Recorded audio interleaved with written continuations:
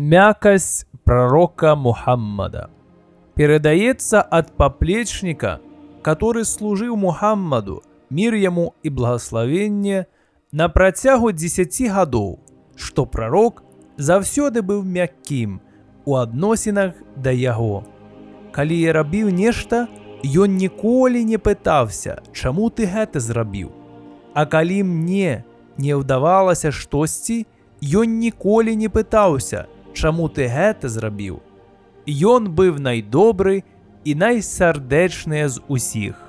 Аднойчы жана прарока, мір яму і благословенне, раззлавалася на абразлівыя словы нявернікаў. Прарок жа, мір яму і благословенне Бога, пара і ў ёй быць мякчэй, і сказаў: «О Айша, Аллах любіць мяккасць ва ўсіх справах».